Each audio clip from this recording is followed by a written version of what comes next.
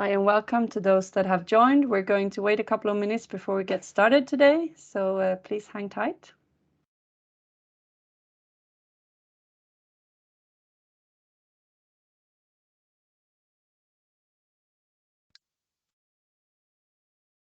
Sí, dígame. Sí, soy yo.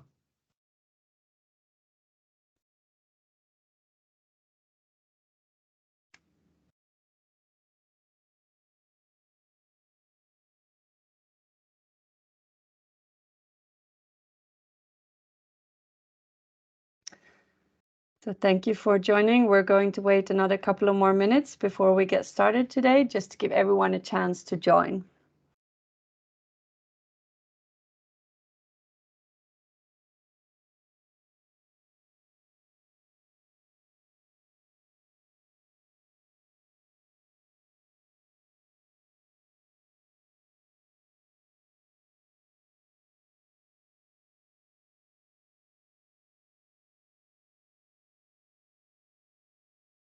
Just giving it another couple of minutes to allow people to log on.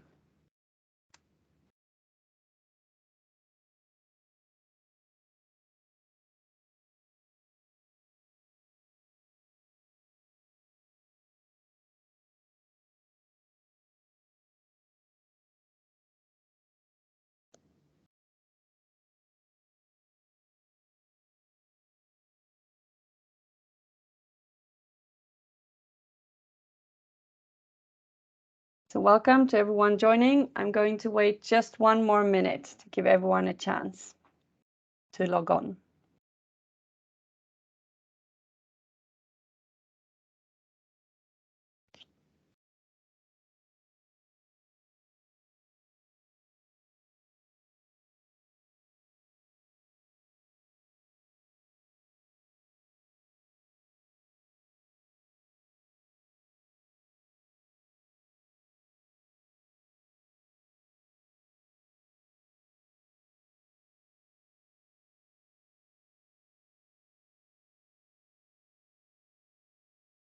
So thank you everyone for waiting and for your patience. We will start shortly.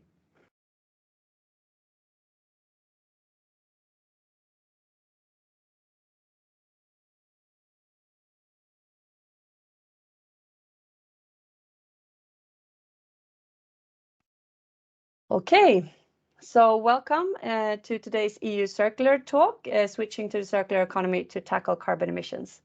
I'm Cassandra Julin, heading Global PR and Communications at Normative, and I will be your moderator for today. We have about an hour and a half together with some great experts lined up.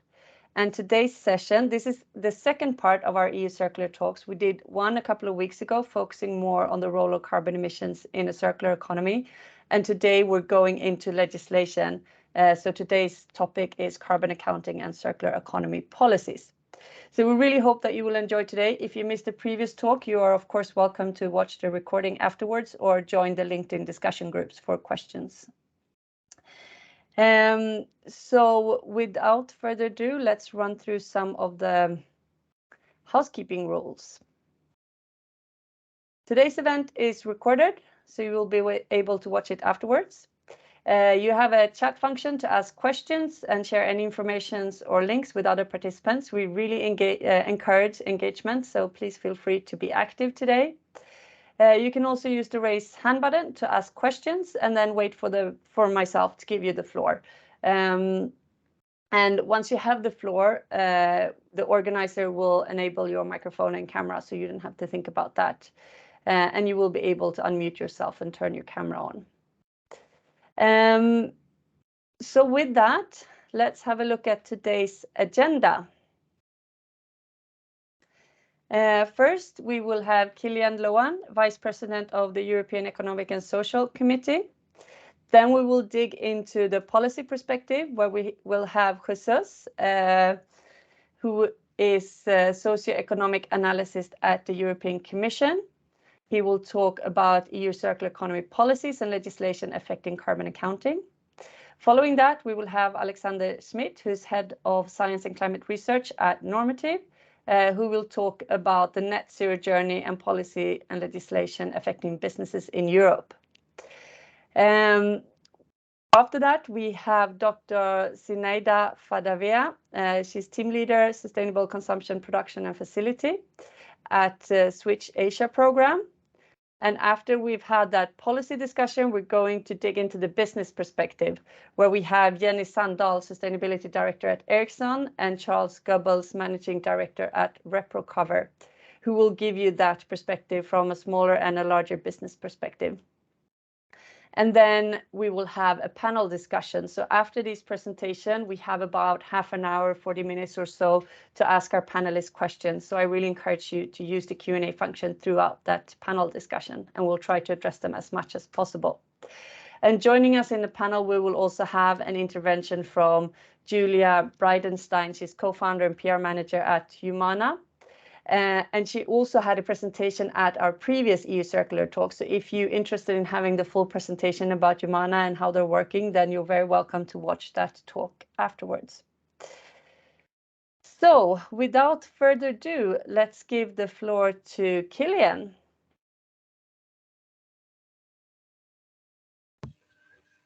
Hi, Cassandra. Thank you very much. So I'm very pleased to give some opening remarks here today. First and foremost, I want to thank the organizers for bringing the topic forward for discussion. As Cassandra said, my name is Killian Lohan, and I'm the Vice President for Communication at the European Economic and Social Committee. But I have a very strong belief and support for the work of the European Circular Economy Stakeholder Platform. In 2016, in a report I was writing, I'm very proud to say I proposed that we needed such a platform to be established, and I worked with the European Commission in order to develop the concept and bring it forward. And the platform, which is a co-organizer of today's event, is best described as a European one-stop shop for circular economy communities. And it's a place for dialogue and a bridge between existing circular economy initiatives. The content on the website comes from you, the stakeholders, with the debate continuously being nourished online through different communication channels on Twitter, on LinkedIn, or through our newsletter. And so these circular talks are really the heartbeat of this circular economy platform. And this two-part event, organized by the platform and with Normative, provides, I think, a really good ground for discussion on how switching to a circular economy can help tackle carbon emissions.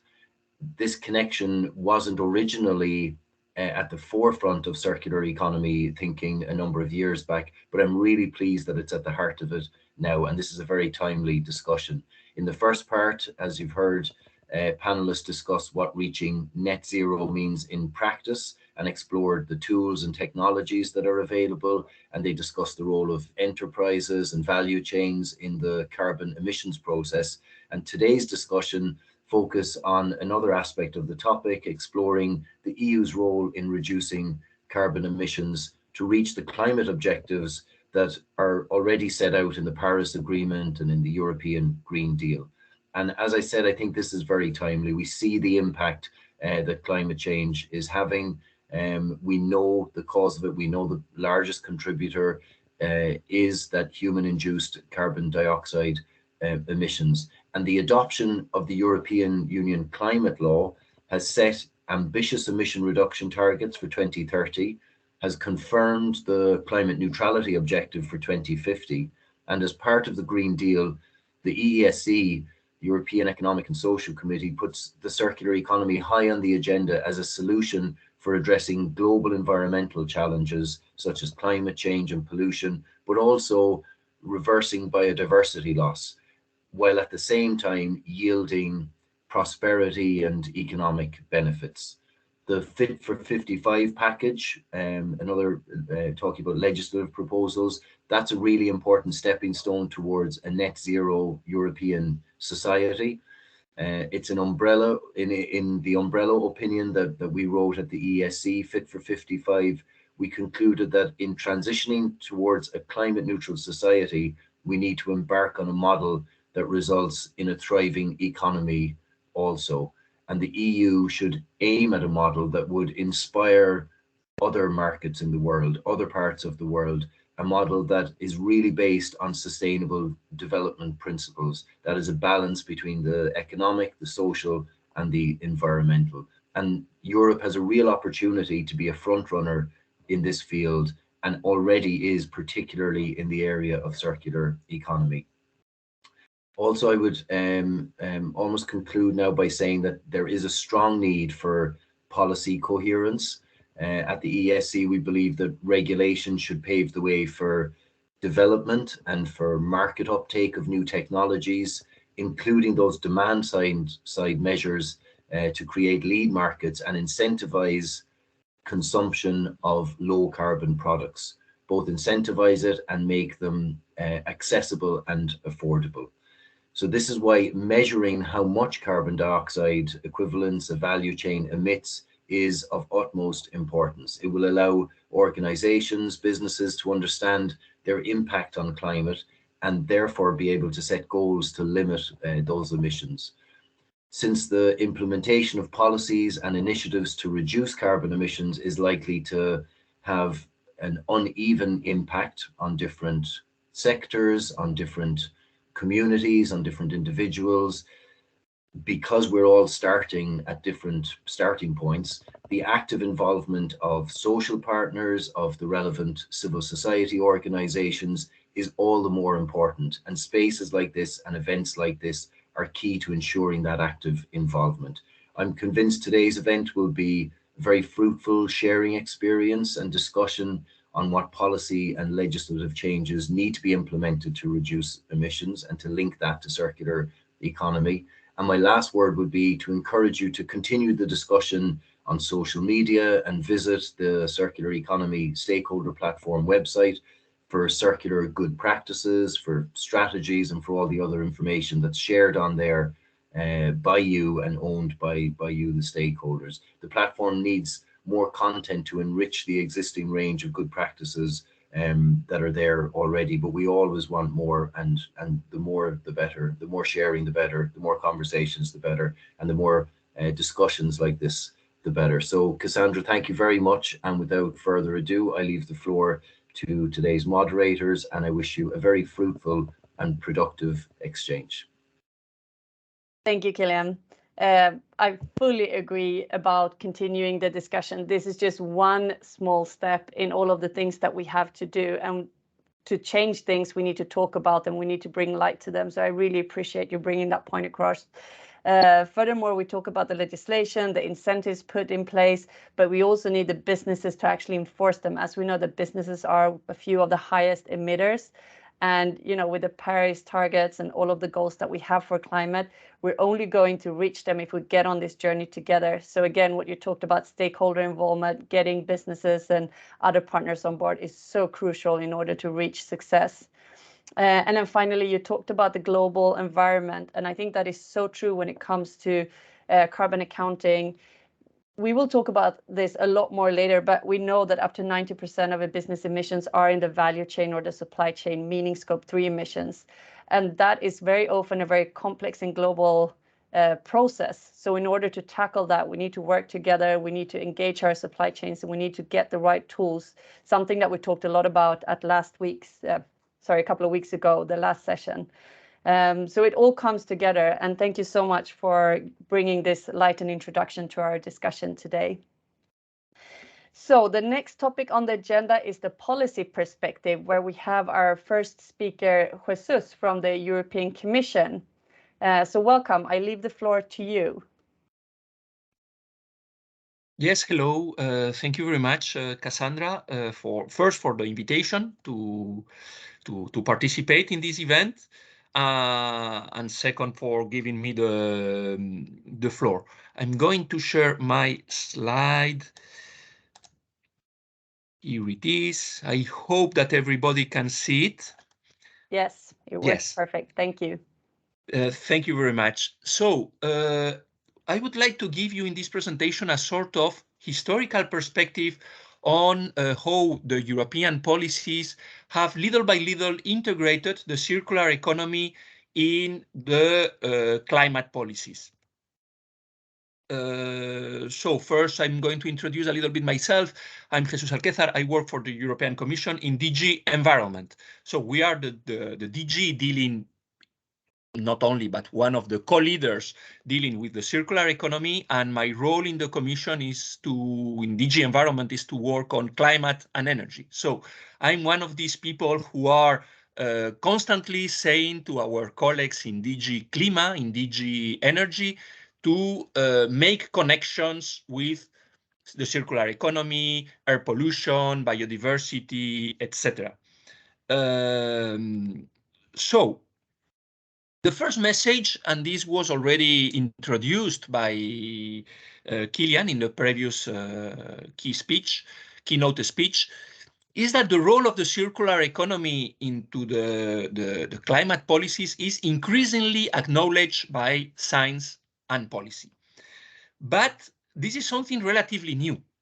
If you look at the 10 priorities of the previous commission, the President Juncker Commission, the circular economy was out. In reality, there were not many environmental considerations in the priorities of the previous commission. If you look at them, there is one of the priorities which is about the energy union, which include elements on climate. But despite of this, and despite of some initial reluctancy to adopt the first action plan for the circular economy in 2015, which is by the way, the year of the Paris Agreement and the year of the Sustainable Development Goals, the Commission published the first action plan on the circular economy. This action plan hardly mentioned climate. There were some sentences saying, yes, there are some positive impacts also on climate, but it was not really the key objective of the strategy. Then there were some seminal reports, in particular these two that I'm presenting here from Material Economics on your left, that really modelized and estimated the role that the circular economy had for climate mitigation. I mentioned the one on the Material Economics on the left, and another one is this report on of the International Resource Panel. This is not a fully comprehensive list of reports and papers. There were also papers published, but these two had a particular importance, I would say, on changing the policy mindsets.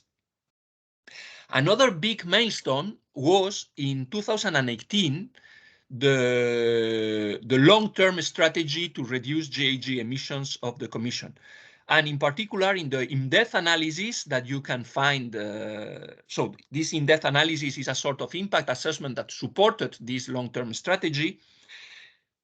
You can see on the left different options that were presented. There was one focused on the circular economy, and even more interesting, the last one, the so-called 1.5 life, combined circular economy with changing lifestyles. And what is interesting in this, so this is the first time, if I'm not wrong, that the Commission really integrated the circular economy in its climate models and projections. What is interesting is that the cheapest or the most economically viable or economically efficient model or scenario was the last one, this 1.5 life. So this was already a very, very strong message to really further integrate the circular economy into climate policies. Then another important step were the national energy and climate plans. Here, I have to explain that these national energy and climate plans are based on a template or a legal base, which is the governance regulation. This governance regulation was created before of the Green Deal under the previous commission. And in this template, there were not references to circularity or resource efficiency. But despite of this, all member states referred to the circular economy of course, with different degrees of integration. In some cases, so the extreme cases, Portugal, the Netherlands, they integrated the circular economy in their own models and plans. In other cases, some member states introduce only some mentions. Okay, we can obtain further reduction of emissions through the circular economy without really going in depth. But this was already something that was very important because member states were not initially asked to do so, but they were aware about the potential of the circular economy and they at least mention it in their plans. However, this was clearly, as you can see, a very good trend, but it was still difficult to carry out this integration of the circular economy, both at national and EU levels, for different reasons. The first one is that, okay, the administrative and the science communities dealing with the circular economy and climate were different. You know that science communities and even more administrations, big administrations, have a certain inertia, and climate policies were always traditionally linked with energy. So opening the scope to the circular economy is not that easy. Second, is a matter also of modeling. Models are key for climate policies, and there were not, and there are still some discussions, models or systems to integrate the circular economy and obtain results based on these models. Then, as I mentioned, with the governance regulation, there was a lack of legal mandate. The Commission could not oblige member states to integrate the circular economy. So there is a series of reasons that made difficult to go further in this integration, but it was already happening. Now, if I'm able to go. Then another key milestone was, of course, the European Green Deal. So you know that the European Green Deal is the top priority of the current European Commission led by President von der Leyen. And the European Green Deal aims to address our interrelated environmental crisis. I mean, climate change, of course, but also biodiversity loss, pollution, and their common driver, which is natural resources depletion, in a coherent and systemic manner. So the big difference here is this systemic approach. We cannot tackle only climate change without addressing problems of biodiversity loss, resource depletion, etc. And if you look at the priorities under the European Green Deal, you see reference to circular economy, to resource efficiency, and even when we talk about the farm to fork, so about environmental friendly and healthy food systems, it refers also to circular policies like reducing food waste. So really, this has been a massive change in the mindset of the European administration, because we have to really integrate these policies and think on the interconnections under this do not harm principle, which is key. So we cannot develop a policy to solve, for example, climate change, harming further other policies and other problems. Under the Green Deal, we had the second Circular Economy Action Plan in 2020. And here you can read it on the left. We have a clear connection between circularity and climate neutrality, announcing measures, in particular, improving models, the problem I mentioned before, and strengthening the role of circularity in future revisions of the NECPs, of the National Energy and Climate Plans. So here we see how the Green Deal led to further integrate the circular economy. One of the problems, as I mentioned, is modeling. What is happening now? So now the Commission is launched at 2 studies to estimate the role and impact of circularity on decarbonization policies. One has been managed by DG GROW, is about to be published. And there is another one that is going to start in the coming weeks or months with the clear purpose of integrating the circular economy in the 2040 climate projections. So here we see how the Commission is going already to integrate these projections. Then there is a massive opportunity that responds to these priorities or these objectives of the Circular Economy Action Plan, which is going to be the next round of national energy and climate plans. The issue remains the legal mandate. So the Commission has this governance regulation that establishes the key guidelines of the key principles of the reporting from member states, and the circular economy is not there in a prominent way. But of course, there is an opportunity to at least encourage member states to go there. And then to finalize this presentation, we should ask the question about what can be the impact of the current energy supply crisis due to the Russian invasion of Ukraine. So now, of course, can we say that the European Green Deal remains a priority? Yes, but there is a strong focus on the security of supply of energy, with the REPowerEU plan that was published last month.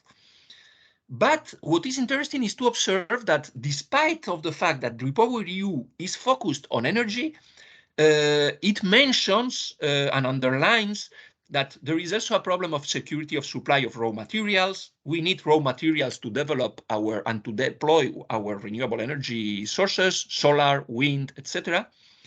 There is a biomethane action plan which focused on the use, on the valorization of organic waste and residues. So again, you see that the circular economy is integrated in the actions.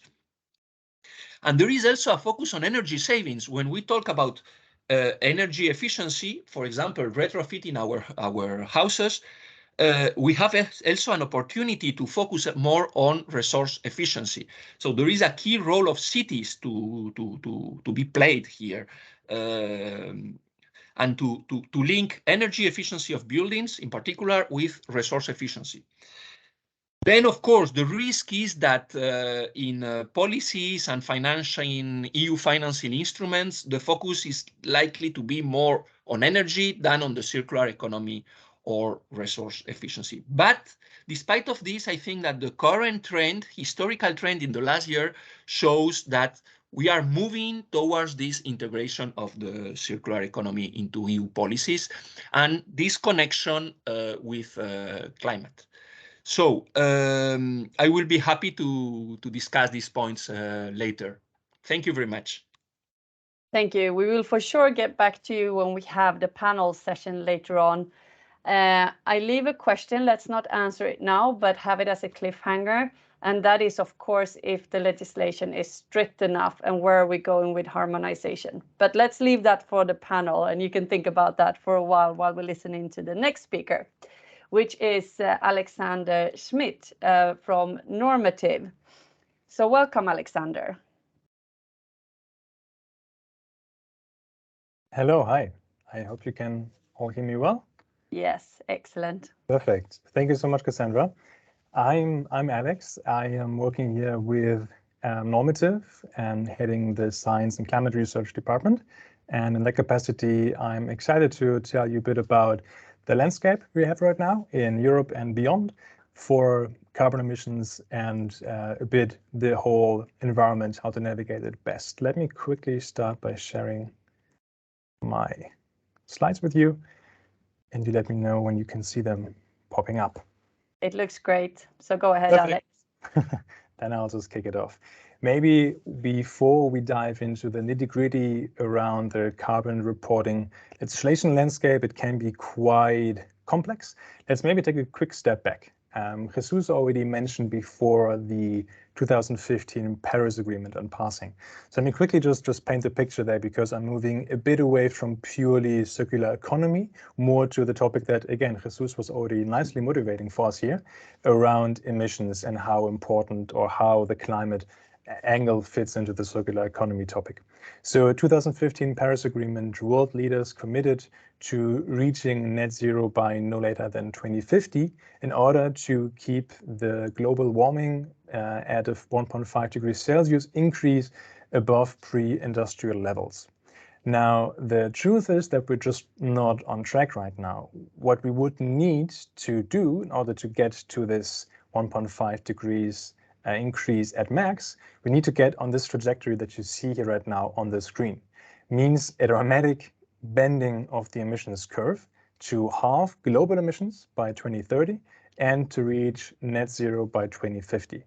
Just real quick, I know most of you here, or many of you here, are dealing with sustainability on a day-to-day basis. I think it's just important that we take everyone on board here. Net zero is motivated by the fact that we will have to use some carbon sinks and removals to get to the goal of reducing emissions to this net zero, so to keep global warming at 1.5 degrees Celsius, just because by just reducing emissions, we will not be able to get to a real absolute value zero. So we have to balance it out with removal technologies. And now the private sector has to lead the charge in this. In order to get on this trajectory, corporations need to lead this movement. And so this is a bit the background and the scene. The legislative environment has started to catch up with this reality. This is a quick overview of kind of the three main takeaways of the current situation. So what we do see is more and more push factors for corporates, for companies, to engage with first measurement and then, of course, reduction efforts for their carbon emissions. We see that all of these mandatory frameworks, they encompass more and more companies. So mandatory requirements for companies as small as 250 employees are being in place or being put in place in some regions by now. We will also see, and we are already seeing, an increasing focus on the so-called Scope 3 emissions, meaning this is not just what your company emits in their own facilities or what they buy in terms of electricity or energy to fuel the operations. No, this entails the entire value chain, again, leading back to the opening note, the entire value chain and supply chain of companies. So that will be more and more included into those reporting requirements. And I'll come back to this in a minute. And lastly, a very, very crucial and also difficult aspect, it is around transparency and comparability of carbon-related reports and risks, of course, so that we can actually, when one company reports their emissions, we can make this comparable. We can compare this to another company's emissions and the risk inherent in those emissions, so risk in carbon in the value chain. So that is the overall overview. So if you were not sure, what exactly is going on in the industry, this is the overall tendency. If we look at the EU, I think the main framework, if I only could mention one, would be the CSRD. So let's quickly look into what this CSRD entails. So CSRD is short as the acronym for Corporate Sustainability Reporting Directive. This directive will come into effect end of this year, will replace the current NFRD end of this year, beginning of next year, and will require roughly 50,000 EU companies to file their first reports, so their carbon emission reports, by the 1st of January of 2024 for their emissions in 2023. So if we now go back even further, it is time to act pretty much now for the companies. It does sound still far, 2024, but it is so important that companies right now start to wrap their heads around how to do these emissions reports to actually be set up for these requirements, because there can be severe consequences if they do not adhere. What do they have to report? Well, they have to disclose all the risks the business face related to climate change, which is very abstract, of course, but in more detail or more tangible terms, this means they need to report on their Scope 1 and 2 emissions, so direct emissions of their own facilities and emissions produced by the electricity that they buy, and the value chain emissions, which is, again, a huge undertaking for many, many companies. This is the most important framework for the EU. Now, if we zoom out a bit, I'm not sure, there might be companies who are maybe EU-based, but they have also facilities elsewhere.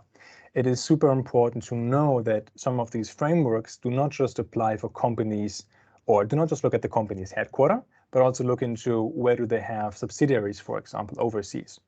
So I'm just going to quickly run through UK and US movements right now. So in the UK, the main framework is the Streamlined Energy and Carbon Reporting, which has been introduced in 2019 and looks into mandatory Scope 1 and 2 disclosures, while it encourages also Scope 3 disclosures.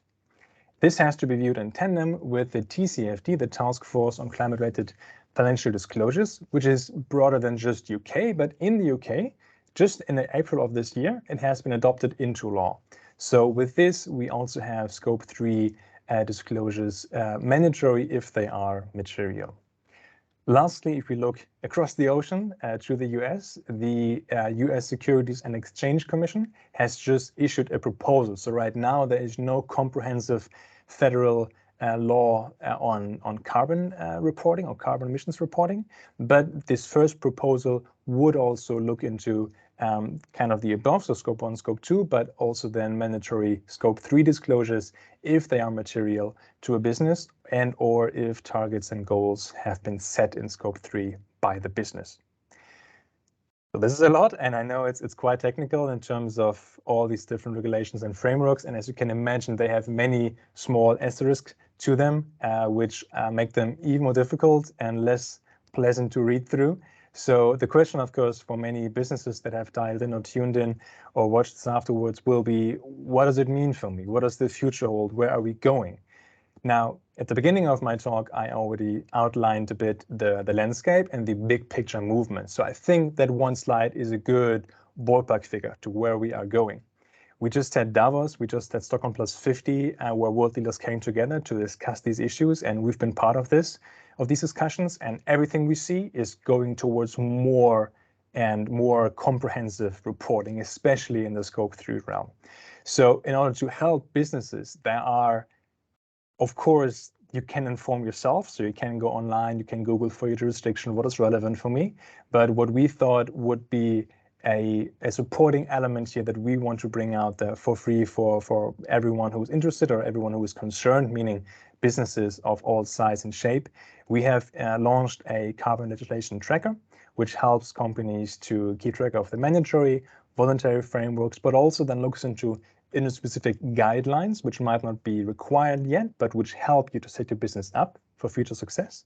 And of course, also consumer trends, because ultimately, with all the fear, all of the uncertainty I might have induced now by outlining, this is coming at you, you have to report on ABC, there's also opportunity in there. So once you are prepared, once you have everything in place, you will be, I would say, rewarded by the market by being so open, fast-moving, and transparent about your emissions. Ultimately, this is what consumers, your customers, but of course also suppliers and business partners will care more and more about.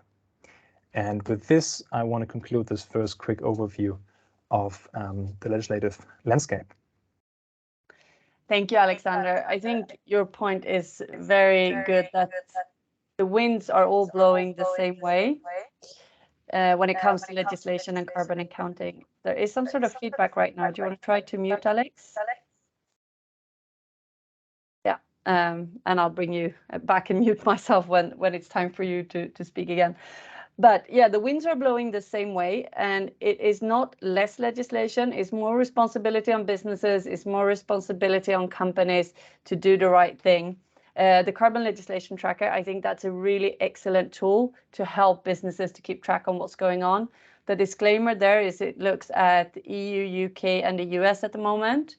So it does not have a global coverage, but at least it really helps your business. There are 5 parameters that you put in, and you get what legislations that are applicable and what kind of to look out for in the future. So that's a great offering for Normative.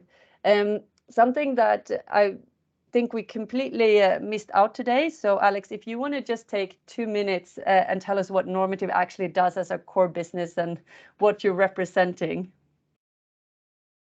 Definitely, happy to. And that might have been my leg there of explaining a bit more what I'm doing. So as I said, I'm here with science and climate research. Our main focus is really to help companies on the net zero journey from the measurement step, which is most important for us with our carbon accounting engine, to the entire next path, because it is not just an once measure and you're done. It is a measurement, it is a refining, it is a reporting, and of course it is a setting targets and taking action. So at Normative, we help enterprises to keep track of their value chain and supply chain emissions, and then subsequently go on the net zero journey together with the suppliers and with the value chain. Thank you. Excellent. So moving on in the program, we're still on the policy perspective. We have with us Dr. Zinaida Fadeva from Switch Asia. Welcome. Hello, Cassandra, and greetings, dear colleagues. Thank you very much for enriching exchange of today and also of the earlier webinar 2 weeks ago. I highly recommend everyone actually to have a look at it. Incredible work is done clearly from today's discussion and previous one to enable broad uptake of the practices leading to climate gains. We heard from colleagues that enable greater engagement through supply chains, and today's, I hope, further discussion on this would be done from business representative for the second subsession. And through adapting instruments for resource and greenhouse gas emission reduction for the use of MSMEs. I know that Normative is also quite active in this. And the whole exchange that facilitated today through European Circular Economy Platform and Normative surely is a very notable enabler. So my short intervention today concerns enabling activities that are supported by the EU from 2007 and covers 24 countries in Asia. So we are now moving from European perspective to Asian actions, but actions which are supported and enabled by European Union. This is activity of a Switch Asia program that aims at supporting countries in the region in transition to low carbon, resource efficient and circular economy while promoting SCP patterns and greening of supply chains. And it is the largest and longest, I would say, EU program with about 300 million euro invested towards promoting sustainable consumption and production. And it corresponds to 143 projects within 15 years' time. So we're having now 15 more projects which are coming on board from the beginning of this year. So it supported about 80,000 MSMEs, hundreds of NPOs and private sector associations. And it also has a policy and partnership component that is being carried now by the Switch Asia SCP facility. From this experience, so I'm speaking, of course, from reference to 15 years history, but particularly the recent one for the last couple of years, I would like to share some brief observations that focus on the questions of enabling broader and faster uptake of the climate and resource actions and towards a more systemic approach. And previous speakers, particularly from the European perspective, already indicated that it has been a history of Europe to bring some elements together. So first, I will speak about linking of climate and resource use, in this particular case through the lens of circular economy, and emphasize, as it has been done by many speakers, that it significantly increases effectiveness of actions, climate actions as well as resource deficiency actions, and minimizes pollution. Traditionally, and this is what colleagues already had said, while climate change and material consumption fields acknowledged each other historically, climate mitigation policies focused on issues of energy efficiency and on alternative or renewable sources of energy. Jesus just mentioned this very clearly in his intervention. At the same time, material policies focused mainly on the management of waste, in other words, at the end of life of the materials. Again, at the same time, actions of resource efficiency across the supply chain can critically contribute to addressing challenges of climate change, and research by already mentioned international research panel has demonstrated that 90% of biodiversity loss and half of the greenhouse gas emissions are attributed to extraction and processing of natural resources. Now, material efficiency strategies and policies, for example, applied to home construction, and again, it's reference to the International Resource Panel recent report, can reduce up to 35% of greenhouse gas life cycle emissions, life cycle, not only at the end of life, from the sector.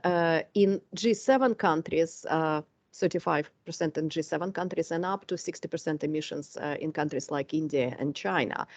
In the light vehicle production, this figure corresponds to the gains from G7 countries to 40%, for India and China to 35%. This combines emissions from operational energy and the material cycle. Conclusion here on this first point is when designing enabling packages addressing climate change, focusing on materials becomes an accelerator of impact. And again, so in the countries where we are working in Asia, and where circular economy is not necessarily a common discourse at the moment, that is quite important to bring this point together. The second short point is about importance of keeping together practices on the ground and enabling frameworks. And this is also what Kilian, I think at the beginning, have mentioned. The two components of Switch Asia are exactly doing that. Grants projects in different Asian countries are developing SCP actions among businesses and consumer communities, and policy component, which is facilitated by SCP facility, which I represent, helps to develop policy frameworks to facilitate such actions on the ground further. So it's a quite important exchange. Much of such policy work focuses on the analysis of existing SCP-related policies, including in the area of climate, of course. And some of such work relates to creation of overall SCP national action plans. For example, such work is being carried now in Kazakhstan and Uzbekistan. Some of them have sectoral character, for example, plastic roadmaps in Laos, PDR, or textile action plan of Cambodia.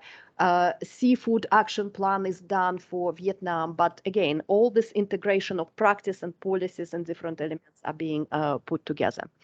It also highlights the inter-regional dimensions. The idea of the EU Circular Economy Action Plan, the new one, already mentioned again, the EU Green Deal, the farm-to-fork strategy, the textile strategy, very new one, which was launched in March, housing and building, renovation wave of housing and building, strategy on plastics are tested on the projects and reflected in the policy dialogue with Asian governments. And we try to facilitate it to the fullest extent possible. Knowledge exchange on EU policies is of critical importance in our dialogues, and this is being done in collaboration with EU delegations in the respective countries and focal points of ministries in partner countries. And normally these focal points are responsible for SDG 12. So the second point to conclude is about connecting practices on the ground and enabling framework. Again, my compliments to the EU Circular Economy platform and to Normative for connecting these elements in the discussion. And the last third point, very short one, but nevertheless extremely important in our view, is where we all discuss importance of circular economy related policies and actions to be impacted to support a small and medium-sized company. And indeed, SMEs are backbones of the economy, employing majority of population in nearly every country. Yet, SMEs have experienced very difficult years due to the COVID pandemic and continue experiencing other disruptions due to ongoing war, interruptions in supply chain, shocks attributed to, yes, climate change.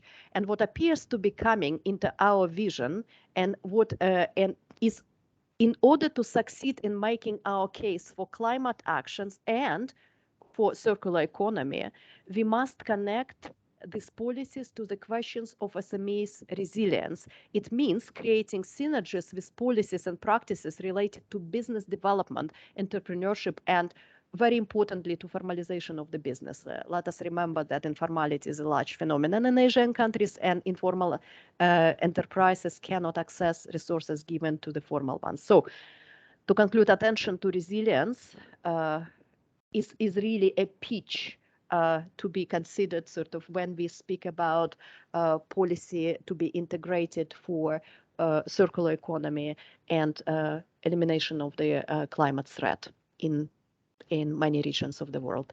Thank you. Back to you, Cassandra. Thank you so much. Very insightful. And I think one of the things that I keep hearing over and over is the connecting practices. And, you know, I think both from the market, but also from a legislative perspective, we need to always keep pushing the boundaries, but we also need to be mindful of harmonization and how to help everyone navigate this extremely complex environment with all the different policies and legislation coming forward, and to do the right thing. So I think this is highly interesting. There were a couple of questions for you also in the chat. I'm going to address them in the panel later on. So now we've heard from the policy perspective, and it's time to move to the business perspective. And first out, we have Jenny Sandal, Sustainability Director at Ericsson. Hi, Jenny. Hi, Cassandra. Thank you for having me. Give me a second and I will share. Sure. My slides there. I hope you see them. And we're going to put them in that mode. So thank you for this. I think it's excellent that Normative have initiated this dialogue on circularity, because it is coming more and more, and it's a super important topic. I work at our global head office with sort of sustainability topics, but I focus on design and material. And in that, of course, circular economy is a central part. So super thanks for being here.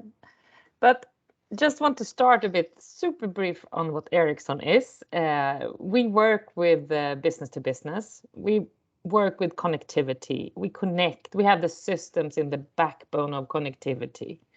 So we have base stations, we have infrastructure for digital communication. But we have been working with sustainability for a long, long time. We had our first environmental report published in '93. And I think we did our first life cycle analysis in '98. We also had our first global product take-back program in 2005. And take-back for us is when we take back our products and recycle them. And then we have moved on with different topics. And now the last year, as everyone else, we are focusing and prioritizing the climate, of course. And there is a connection to circular economy in this, I would say. And we have just decided to go net zero by 2040. And we take a full value chain approach, as someone mentioned before, that's what's needed. And the aim is to actually reduce the emissions from our portfolio by half to 2030 from the supply chain, also halving by 2030, and then net zero from the own activities. And this is quite a challenging journey, but it sort of really influences everything we do in the sustainability arena at the moment. And I'm sure I hope we're gonna get there. I mean, this is a collaborative effort. I think in all the society, we need to focus on this. But when you talk about the supply chain approach, we have been working with life cycle assessments, as I mentioned before. But our top emitting part is actually portfolio in use. So it's when our customers use our products. And that counts for more than 90% of our carbon footprint. Of course, we have products that are being used for 10 years, so it's not short-term products, it's long-lived products. And the supply chain part is only roughly 8 or 7%, and own activity is even less. But we also can see that the materials recycling part are lowering the supply chain emissions a bit. Of course, this is an estimation based on the products we sell, and if they all would be material recycled in the end, then we would get this sort of lowering of the emissions. But for us, the challenge when I look at the circular perspective is that we really need to have the sort of the holistic perspective here. We need to see, okay, how old products can we refurbish and sell and still get an environmental gain from that? Because we do not want to increase the energy emissions to get a more circular economy. I mean, circularity needs to be with a holistic environmental perspective. And of course, if we're going to zero, we need to sort of lower all the emissions. So circular economy will for sure be a super important tool. And I would also say that circular economy is very important when you see in the purchasing step. you can increase the use of recycled material, and you can start to track and trace that. I think that is quite important because you create a market. I mean, today it's not always valuable, economically valuable to recycle certain materials. So I think this needs to be sort of acknowledged, that you need to have an economic spin in the whole system. Again, I just want to deep dive a bit in the life cycle assessment, since that is what we use as our main tool for deciding on everything we do within the environmental area. And as we see it, when we look at our products and our reality, aluminum is the key thing. So of course, looking at the aluminum value chain and using more recycled aluminum, and also moving into different ways of producing aluminum with more renewable energy is the key things we can do in the product level for lowering emissions, apart from designing more energy efficient products then.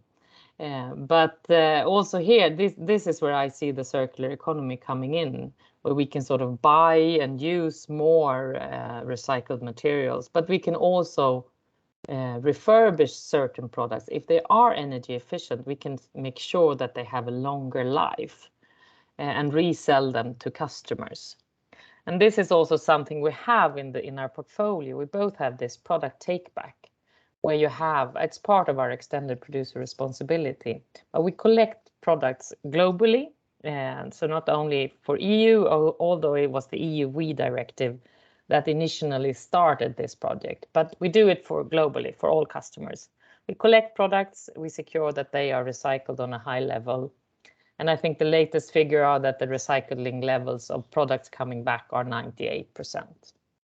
And I should not say that this is easy, because I would say one of the challenges is really to get the products back. Our products are owned by the customers, so it's not always that easy to get it back. But then we also have refurbished spare, where we sell sort of refurbished spare parts. And we have the refurbished network equipment. That is when we sell full sort of products that are refurbished to customers. And this is quite a new part of our portfolio. And it will never sort of replace the whole portfolio of products, but it will be a complement.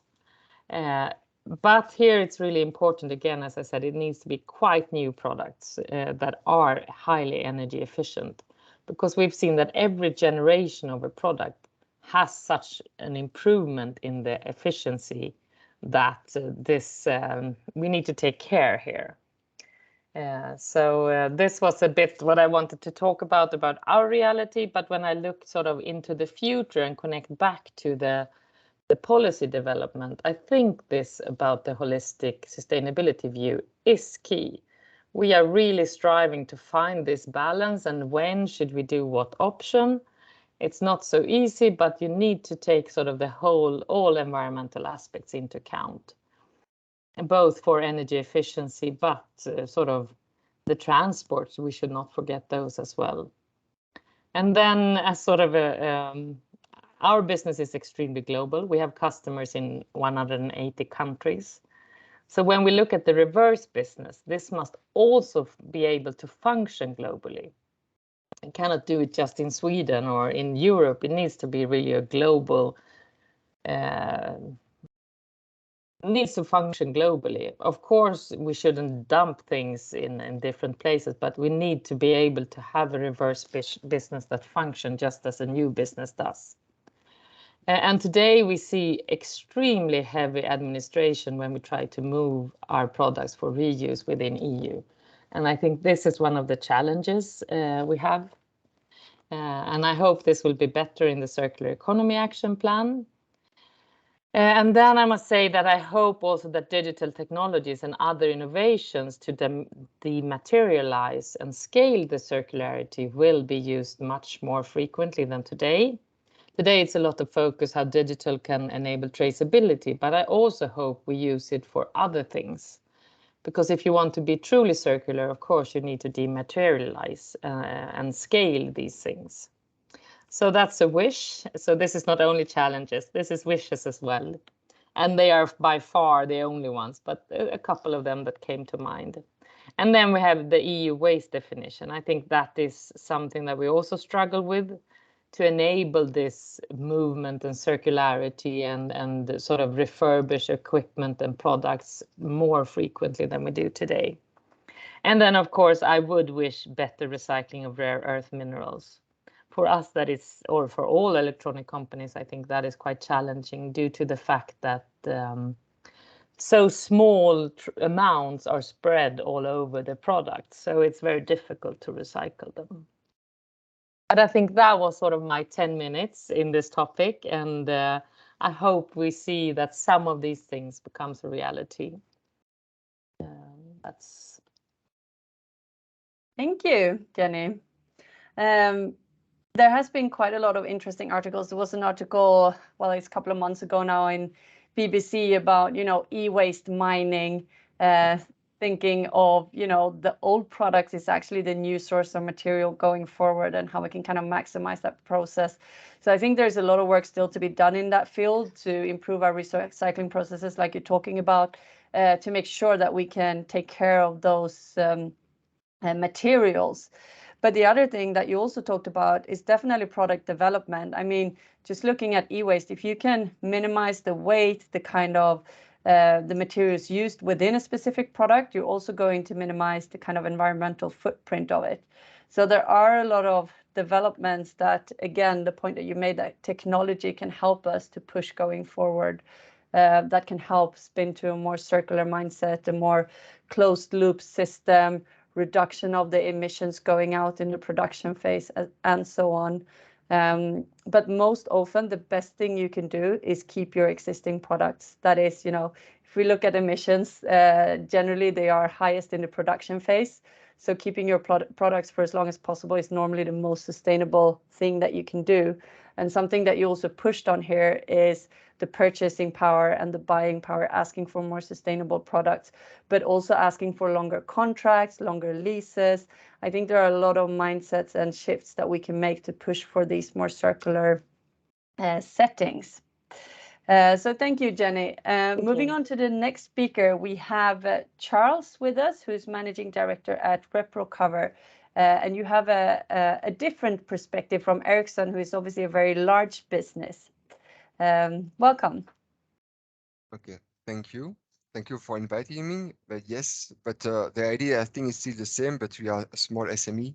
We are only 15 to 20 persons, so we cannot have one person just for one task, for the purchasing, for the manufacturing.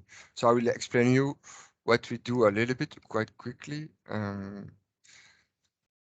Okay. So I'm Charles Goebbels. I'm responsible for the society ReproCover. So during the presentation, I will explain you what we do, why we do it, and how European and regional policy can help us, and sometimes not.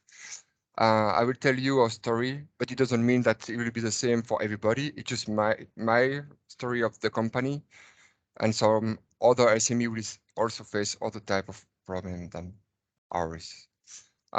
So we are based in Belgium. Verviers is nearby the German and Netherlands borders. As you can see, nearly all of the rooftop and sometimes the wall are made up with photovoltaic panels. And we are producing 80% of our energy thanks to it. We were able to do it thanks to the regional help that gave us the money to buy those. So it was a really good help. But on the other hand, we were not able to achieve 100% of the energy needed because the law didn't allow us to produce above a certain amount of energy, and then it's become too much difficult. So our objective is to use as much as possible of reused material. We start from the idea to the fabrication. Our biggest challenge with the waste is to find the right balance between the waste and the demand of the final product. This balance moves all the time, and for me, the best perturbators, but when I say perturbators is in a positive way, it is the legislation. If the law do not change, then we will have less room for improvement. So with repo cover, we do not start any project if the project do not meet 3 criteria. First, it has to be local. When I say local, I do not speak about my city, but I speak about when it's local, it's not more than 600 kilometers far away from my location. So we have to work with Netherlands, Germany, France, Luxembourg. And when I say local, it is not as easy as it sounds, because the law for the waste is different from one region to another. So if I want to transport my waste from the Flemish part to the French part of Belgium, then the law is different. It will be the same in Holland, in Germany, or France. All of those specificity makes the collaboration a little bit difficult, but on the other hand, there is a lot of help in order to create collaboration between the different regions. This is good. So the second criteria is as we have to tackle a resource problem by reducing the need of new material, decreasing the amount of waste, and increasing the recovery of waste. And of course, we do not want to create a new need. We do not want to keep the basic. We do want to keep the basic of a product by creating easy and simple solution. We do not want gadgets. We are able to do it by finding the right partners, people that go on field. We have the process, they have the ideas. This is one of the reasons that I'm doing this presentation, to find maybe new partners. Feel free always to contact me. But here I want to show you one example. What we do is a raw material that we are tackling. It's thermoset, but it's really specific. So as everybody knows, there is a lot of plastic. We are always speaking about bottled glass that are made from PET, PP. They are well recycled, but there exists a lot of other type of plastics. The strongest one is thermoset, but because it is that strong, then it's really, really difficult to recycle. So we are the only one doing it. And we started 10 years ago. I won't go into the detail of the plastics as we do not have much time. But you can find thermoset on cars, train, airplanes, and the best topics is wind turbine blades. So for this project, what we do, we will collect the waste, we will characterize, grind, recharacterize, shift in order to have the right granulometry, mix, and then put it on a mold and create a product. And then once the product is broken, that they can bring it back, we will collect it, characterize, and then we will restart. So with this methodology, we create products such as cable gutters. So you can find cable gutters nearby the track station for the optical fibers. We also do level crossing, so Facebooks. So every time that we create a product, it's always with the partners. We have the process, they have the idea. So what we do, as I said, with the thermoset, we will reduce the size of the material in order to be accepted by the process, and also for the product design. I cannot use a raw material product that is 200 that 20 meters for 1 meter's product. So we always need to reduce the size, sometimes not. We also do not cut sometimes. We will analyze to find the best application. With the analysis, we will use it in a 3D modeling in order to make sure that we respect the product specification, to see how to use the characteristic in the best way, and to see how to optimize the product. And of course, our goal is to have our business local and decrease the need of raw material. So what we are facing for now, it's the problem. It's the cost of the sustainable solution. Of course, a local solution will be sometimes, or for my products that are low value added, will be cheaper than products that come from the Asian country, because the labor cost is higher, but also the cost to prepare the material will be a little bit higher. So on the short terms, when you see the purchasing part, we are more expensive. But then when you see on the full cycle, the installing cost, the purchasing cost, the maintenance cost, then it's lowers. But the short terms, when you speak with the purchaser, it's too expensive. But when you speak with technical managing and you can have a full agreement, then we are cheaper. And our goal is to change the mindset of the purchasing and the technical. There is also, as everybody said, there is a lack of legislation, standard legislation. The legislation will be different in the French part, Flemish part, in Netherlands, in France. So you always have to pay for the specific LCA or carbon footprint emission from one country to another, for one public sector to another. And there is also a problem with the product norms. So there is European norm for certain type of product. Sometimes there is not. And when there is, nearly 90% of the time, it's only made for new product and not for recycled product. So yes, also have to change the norm for products. And for me also, for the waste world, it is a little bit secretive. It's sometimes difficult to know where the waste go, from where is it going. And sometimes people think that their waste is recycled, but then it's go on landfill. But because they do not know where, and yeah. But on the other hand, yes, other opportunities. There is a lot of help for project development, European, regional. So this is really good. And when you speak about circularity, there is more points for that.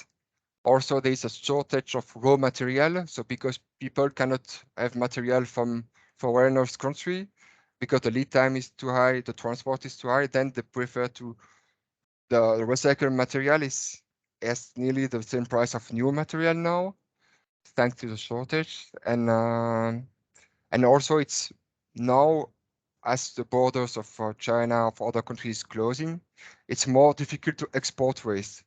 And this is a really good opportunity for recycler that are in Europe. So if you have a specific question, feel free to contact us, and I will be always pleased to answer your question. Thank you. I mean, yes, we fully agree with your analysis that transparency and standardization is really key in order to move forward and progress for more circular solution when it comes to carbon reduction. But it's good to see that, in your opinion, some of the legislation is going in the right direction, such as, you know, the difficulties we are starting to see with exporting e-waste, which, you know, you in essence should take care of what you produce really in order to keep it within the system, and also limit transports and all the problems that comes with it. So that concludes our presentations for today. We have just under 20 minutes for a bit of a discussion. So I'd like to welcome up all the speakers to the floor. And let's start with the questions. I think the first one is one that I will address to Alexander. So we just heard from an SME and their perspective. Normative is also a founding partner of the SME Climate Hub, which is a tool for resources. Perhaps my colleague Monique can publish the link in the chat later on for that. So the SME Climate Hub did a survey on why smaller businesses aren't taking climate action, and the answer was very clear. It was very often lack of resources and funding to do so, which in essence is the kind of existence of the SME Climate Hub. Can you talk a little bit more about the resources available for SMEs via the SME Climate Hub, Alexander? Yeah, happy to. So on the SME Climate Hub, it is mainly, as you already said, it's the entry port to the UN Race to Zero for these smaller businesses. So it's taken into account that, as we just heard from Charles, smaller businesses, they do not have people dedicated to sustainability as a full-time job. So what we did there is, for example, bringing out the business carbon calculator, which we from Normative have developed together with Google.org to help businesses to establish, first of all, their baseline emissions, to really get to a good starting point, knowing where they are, and knowing what the next steps for them could be. This will be embedded, or is already embedded, with another tool suite of, for example, a course they can take to educate themselves a bit more. It's called Climate Fit, that helps them to get a bit more grasp of what is actually the topic all about, and ultimately it will also be linked to reporting modules, etc., to really get the hub to the place where it's a one-stop shop for the businesses to get hold of their emissions. Thank you. First question from the panel. So a reminder, if you have questions, put them in the chat and I'll try to address as many of them as we can today. So for Jesus, there is a question on the Fit for 55 and the PPWD and the WFD. Here are a bunch of tongue twisters. And the question is, are they properly linked and harmonized? I mean, you're showing a lot of EU legislation coming out. How is the kind of interaction within the European Commission? And adding to that, what I add my own question, what's your take? Are these legislations strict enough, or would you like to see even more legislation going forward in this area? Yes, my answer would be that these pieces of legislation are increasingly consistent or coherent or integrated. But of course, the decision process within the Commission first, and then within the European Union, so with the co-legislators, the European Parliament and the Council, is extremely complex and is always based on a consensus. So probably these pieces of legislation should be even more consistent. I think we are moving in the right direction. This was also one of the messages I wanted to transmit with my presentation, but there are still steps to go ahead. Unfortunately, yes, we still have, why not to say it, some administrative resistances and other reasons. Also resistance from member states, from stakeholders, etc. I think we are moving well in the right direction, but probably not fast enough. And can you repeat your question? Sorry, Cassandra. Yeah, so do you think the question from the chat was, are they properly linked and harmonized? And I think you answered that. And then the second part was, do you think they are strict enough, or do we need more from like a policy legislation perspective? Or do you think it's up to the market to actually implement these now and show some progress on what you have already drafted? So normally the policies that the Commission develop are a sort of a stick and carrot approach. So legislation is really to, let's say, very simply oblige stakeholders, citizens, etc., enterprises to do the things right, or what we think is right. But there are more and more instruments that are created to create incentives. So to empower consumers, for example. And I think this is also a very right direction, not always using the stick, but also the carrot. We have to take into account also that using the stick means that we have to oblige to implement. This means monitoring. This means plenty of resources from public administrations that could be used perhaps in a better manner. So I think there is this balance. I don't know if we are reaching the right balance. This is a question mark that I make for myself, but probably other speakers could give you their opinions on this. But I think we have to combine legislation and empowering citizens, consumers, enterprises, providing more transparency on the choices of the consumer, but also on what the enterprises are doing. And I think Alexander's presentation was very good on presenting this. Yes, thank you. Transparency has been a key word throughout the presentations today. So Jenny, we have a question actually two questions for you coming up.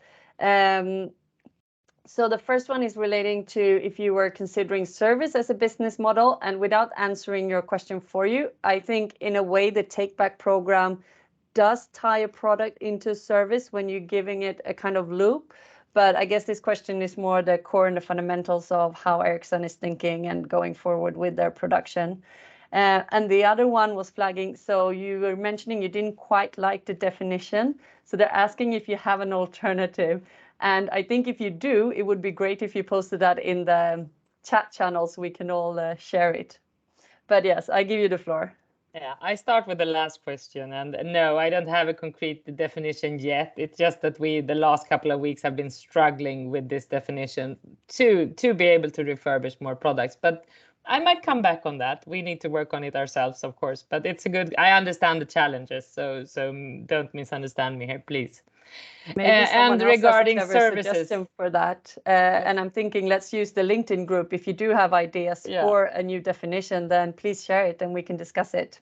Yes, yeah, sorry, I think it's a moving on to the discussion other we all question. need to have. I mean, it's a joint work in a way. So, and yeah, regarding services, I'm not sure I understand the question, but for us, of course, we need to work on new business models. Today, we sell our products and they are owned by customers. It would be much easier if they were leased in a way. But then you come into challenges about how do you sort of get it into the financial system, and we are not there yet. But of course, that would enable much more circularity for sure. But we're not there yet. But then we sell this take back as a service. But it's free of charge, of course. So since it's producer responsibility, we have a service portfolio that is quite large, and we have services that sort of prolong life and things like that. So, but we do not have a leasing model for our products yet, if that was the question. So that was the question, and I think thank you. And already those seeds and starting to think about alternative ways of running businesses, I think that's really crucial. And already I think Ericsson, like you're saying, have a quite impressive track record of being the lighthouse and in doing things very early in the process. So who knows, maybe this is something we will see going forward as well. Charles, there's a question for you as well. What are the economic incentives to be more circular and reduce your carbon emissions? I don't know if you have a kind of standard answer for that, but yeah. If you speak of the CO2 emission, I spoke about the solar panels. I think overall to apply circular practices, you can take a broad approach if you'd like. Yeah, so it's with the photovoltaic panels, and also with we use 90% of recycled product in the process, and our clients is now asking that in the product specification to have more and more recycled product, and we also doing LCA when we developing new products, and then you have also the carbon emission, and then give a step to improve the product's environmental footprint. And I think something that, thank you for sharing that, something that we've seen from a normative perspective is, you know, doing the right thing. There is, of course, the risk associated to it with legal compliance and being able to actually do your business effectively and following the requirements that come with it. I mean, Alex, maybe you can react onto this, that there are actually some quite serious implications for not following legislation in Europe. I mean, I've heard of prison sentences and fines and so on. So maybe you can clarify that slightly. What happens if you don't? Exactly, yeah, happy to scare everyone a bit more about like what is coming at them.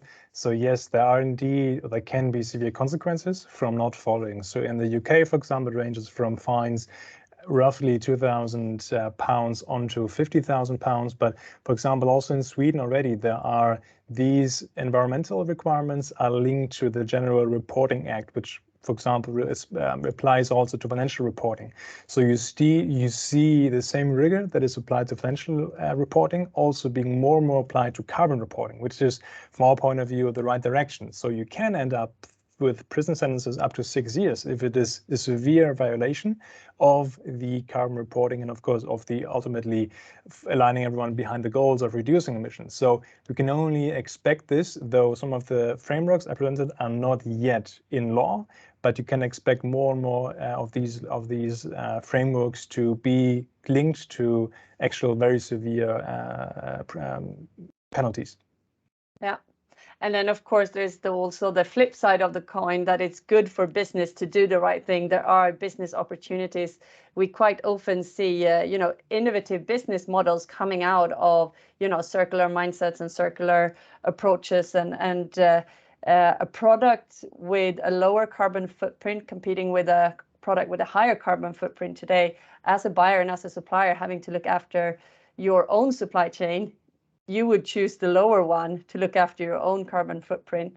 So, there is the stick, but also like Jose was talking about the carrots that comes with doing the right thing. So it's not just a scary minefield. While I have you, Alex, we're doing a lot. You're obviously heading the Science and Climate Research Department at Normative, and we're doing a lot of work to kind of help businesses to do the right thing when it comes to education, when it comes to knowledge sharing and so on. So we talked a little bit about the carbon legislation tracker, which is one of the tools. We talked about the SME Climate Hub, where we are a founding member and a partner. But do you want to mention some of the other tools, perhaps the Carbon Glossary and other things you're looking at that are out there for free to help businesses to kind of get started and do the right thing? Exactly, yeah. So real quick, so you said you already mentioned the Carbon Glossary. So there are all of these terms, these acronyms. We have been throwing a bunch of these at you today again. And so you can, for example, check our glossary. It's kind of a lexicon for everything around carbon that you should be aware of: acronyms, definitions, net zero. What does it mean when companies set net zero targets versus carbon neutrality, for example? But they're also looking into the larger businesses. We have, for example, the value chain engagement guide out there that really helps large companies to take the first step to engage the value chain, as the name implies, to set a strategy for how do we do this. Because as I already said, scope 3 is nothing you do on your own. Scope 3 is nothing where you can turn off the tap and it's done. You need to work together with your suppliers and your entire value chain ultimately to get to this net zero. So there's also that guide out there, for example. Thank you. So we have just a few minutes to spare. So I'd like to finish off with going around the table one last time, and we could start with Killian, who started this meeting off for us. What is your kind of key takeaway from like listening to this panel and all the discussions? What would you leave businesses, consumers, and other stakeholders with as a takeaway for a more I would say, lower carbon economy from a circular perspective? Perhaps Killian is a little bit caught up, so we can start with Jesus then. This is a very difficult question because the discussions today were very rich. So I have plenty of takeaways. It's difficult to focus on. But in 30 seconds, please. Yes, it's very difficult to find one. What I would raise is really the key role of enterprise that is already committed to do this change. So we have to create, I think, in terms of policy, the right instruments to further develop these good practices, let's say, and to avoid the freelance people, so who really profit from wrong practices. So we need to create this framework, in my view. Thank you. Thank you. Alexander. Yes, maybe jumping on the same tram as Jesus, there is what we often emphasize, this big scary thing of greenwashing that many companies are accused of doing. And I can understand it's kind of it's a minefield out there. But I think on the positive side, rest assured, there are these tools, there are these helpers like the carbon legislation tracker, like value chain engagement guides that help you to do the right thing and to comply with reporting standards and to actually make it into an opportunity instead of just a threat that is looming there at the horizon. Thank you. Dr. Sinaida. Yes, Cassandra. So would you like me also to briefly answer to the colleague which asked about the policy on sustainable product? I think we're running out of time. So if you please answer that in the chat, and then we will focus on this. Yes, apologies. Okay, no worries. So again, as colleagues before, difficult to pick up one liner, so to speak. But the point, I guess, which is important for us at Switch Asia to make, and which is really related to the experiences in Asia or link between Europe and Asia, this interaction, is that while working on enabling circular economy and climate actions, we have to look for synergies with policies and practices that focus on development of resilience of SMEs and on development of supply chains. In other words, linking our environmental actions to industrial policies and to development priorities of countries can help to achieve greater gains. Thank you. Jenny, from your perspective.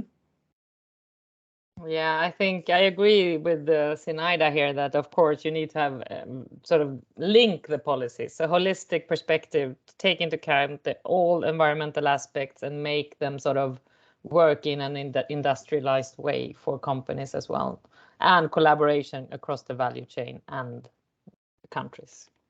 Maybe Thank 30 you. seconds or 35. Charles. Yes, it was very interesting to see all new some tools that I didn't know, so I will use them. I hope it will be linked with the regional tools, and it won't be completely different. But to link everything together would be really nice. But it's going on the good way, so it's good. Thank you. And then before wrapping up today, we have an interaction from Julia Bradstein, as mentioned earlier. She's co-founder and PR manager at Humana, and she will, in 2 minutes, give her perspective on the discussion and the debate today. And also to mention, if you would like to see Julia's full presentation, it's available in the previous EU Circular talk. Hi, Julia. Yes, hello. I've been thinking now, because there are many different EU policies in the pipeline and they are all important. But what could be the one single most important thing I would like to say? And that is actually to get it right with the amount of greenhouse gas emissions that we in the EU are responsible for. I mean, just as much as companies will now have to look into their supply chains to get the full picture, and we know that the Score 3 emissions is the big chunk. This must also apply for the member states, and it must also apply for EU as such. When EU announces they want to be net zero by this and that time, and member states say, okay, 5 years earlier or something, this must be based on the correct baseline, in my opinion. And that must include the greenhouse gas emissions caused by imported products, or we have to stop importing. One of the two. And I am told, yes, that has to do with some international agreement on how to do the importing and to avoid double counting. Hey, hello, double counting wouldn't be such a big work to do. It is necessary. If we don't have the baseline right, we will not act right. This was my intervention. Thank you for having me. Thank you, Julia. And I think that's a very important point. I think the world is experiencing under-reporting right now and not over-reporting. So including the value chain or the supply chain, like you're talking about, the Scope 3 emissions is absolutely crucial in order to reach success. So that's very important. Thank you today. Yes, today's video will be available afterwards. Today's session is recorded. Huge thanks to the panelists for taking part today, for the people, active discussion in the chat. And please use the LinkedIn group for continuing the dialogue. Thank you and have a nice day.